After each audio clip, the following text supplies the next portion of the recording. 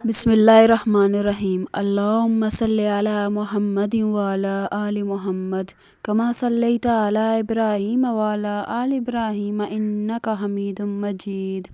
اللہم بارک علی محمد وعلی آل محمد کما بارکت علی ابراہیم وعلی آل ابراہیم انک حمید مجید۔ السلام علیکم، امید ہے کہ آپ سب خیریت سے ہوں گے۔ نبی پاک صلی اللہ علیہ وسلم کی پوری زندگی ہی ہمارے لیے مشعل راہ ہے، لیکن اگر ہم ان کی چند باتوں پر بھی عمل کر لیں تو دوستہ ہماری تو پوری زندگی ہی سنور جائے۔ بے شک آج میں نبی پاک صلی اللہ علیہ وسلم کی چند باتیں آپ سے شیئر کروں گی۔ اللہ پاک ہمیں ان پر عمل کرنے کی توفیق عطا فرمائے، آمین۔ رسول اللہ صلی اللہ علیہ وسلم نے فرمایا، بہترین مسلمان وہ ہے جس کی زبان اور ہاتھ سے دوسرے مسلمان محفوظ رہیں۔ رسول اللہ صلی اللہ علیہ وسلم نے فرمایا، قیامت کے دن میرا سب سے زیادہ قرب مجھ پر کثرت سے درود پڑھنے والوں کو حاصل ہوگا۔ رسول اللہ صلی اللہ علیہ وسلم نے فرمایا، جو بھلائی کی تلقین کرے اسے بھلائی کرنے والے کی طرح ثواب ملتا ہے۔ رسول اللہ صلی اللہ علیہ وسلم نے فرمایا، جو شخص حصول علم کے لیے نکلتا ہے اللہ اس کے لیے جنت کی راہ آسان کر دیتا ہے۔ رسول اللہ صلی اللہ علیہ وسلم نے فرمایا، دعا عبادت کا مغز ہے۔ رسول اللہ صلی اللہ علیہ وسلم نے فرمایا، ہر دین کے اخلاق ہیں اور اسلام کا اخلاق حیا ہے۔ رسول اللہ صلی اللہ علیہ وسلم نے فرمایا، میں اس لیے بھیجا گیا ہوں کہ اعلیٰ ترین اخلاق کی تکمیل کر دوں۔ رسول اللہ صلی اللہ علیہ وسلم نے فرمایا، تمہارے بہترین لوگ وہ ہیں جو تم میں اچھے اخلاق والے ہوں۔ رسول اللہ صلی اللہ علیہ وسلم نے فرمایا کہ تم کسی سرخ یا کالے سے بہتر نہیں ہو مگر یہ کہ تم اس سے تقویٰ میں بڑھ جاؤ۔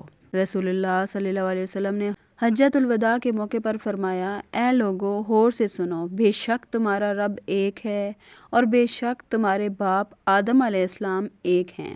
آگاہ ہو جاؤ، نہ کسی عربی کو اجمی پر کوئی فضیلت ہے اور نہ ہی کسی اجمی کو عربی پر، نہ کسی گورے کو کالے پر کوئی فضیلت ہے اور نہ کسی کالے کو گورے پر۔ فضیلت صرف تقویٰ کی بنا پر ہے۔ کیا میں نے بات پہنچا دی؟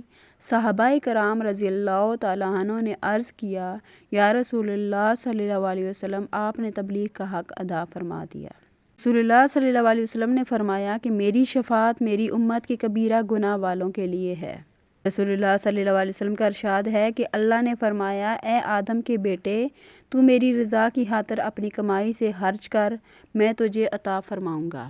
آپ صلی اللہ علیہ وسلم نے فرمایا، صدقہ کرنے سے مال میں کمی نہیں آتی اور قصور معاف کر دینے سے اللہ بندے کی عزت میں اضافہ فرما دیتا ہے، اور جو بندہ اللہ کی رضا کے لیے عاجزی و انکساری اختیار کرے اللہ اس کو بلند و بالا کر دیتا ہے۔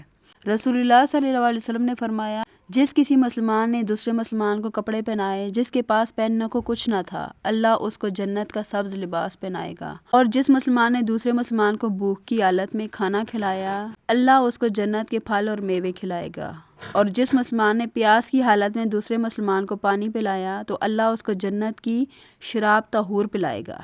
ایک شخص نے رسول اللہ صلی اللہ علیہ وسلم کی خدمت میں عرض کیا کہ میری والدہ کا انتقال ہو گیا اور میرا گمان ہے کہ اگر وہ فوت ہونے سے پہلے کچھ بول سکتی تو وہ ضرور صدقہ کرتی، بس اگر میں ان کی طرف سے صدقہ کروں تو کیا اس کا ثواب ان کو پہنچ جائے گا؟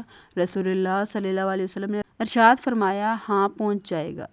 رسول اللہ صلی اللہ علیہ وسلم نے فرمایا، جب کوئی شخص اپنے اہل و عیال پر ثواب کی نیت سے خرچ کرے تو وہ اس کے حق میں صدقہ ہوتا ہے۔ رسول اللہ صلی اللہ علیہ وسلم نے فرمایا، جب بھی تم خرچ کرو وہ تمہارے لیے صدقہ ہے، یہاں تک کہ ایک لقمہ جو تم اپنی بیوی کے منہ میں رکھو وہ بھی صدقہ ہے۔ ایک شخص نے نبی کریم صلی اللہ علیہ وسلم سے سوال کیا، بیوی کا خاوند پر کیا حق ہے؟ آپ صلی اللہ علیہ وسلم نے فرمایا، جب خود کھائے تو اسے بھی کھلائے اور جب خود پہنے تو اسے بھی پہنائے، اور اس کے منہ پر نہ مارے نہ اسے برا بھلا کہے، اور گھر کے علاوہ تنہا کہیں نہ چھوڑے۔ سبحان اللہ۔ یہ تھی میرے پیارے نبی صلی اللہ علیہ وسلم کی پیاری پیاری باتیں۔ اللہ تعالی ہمیں ان پر عمل کرنے کی توفیق عطا فرمائے، آمین۔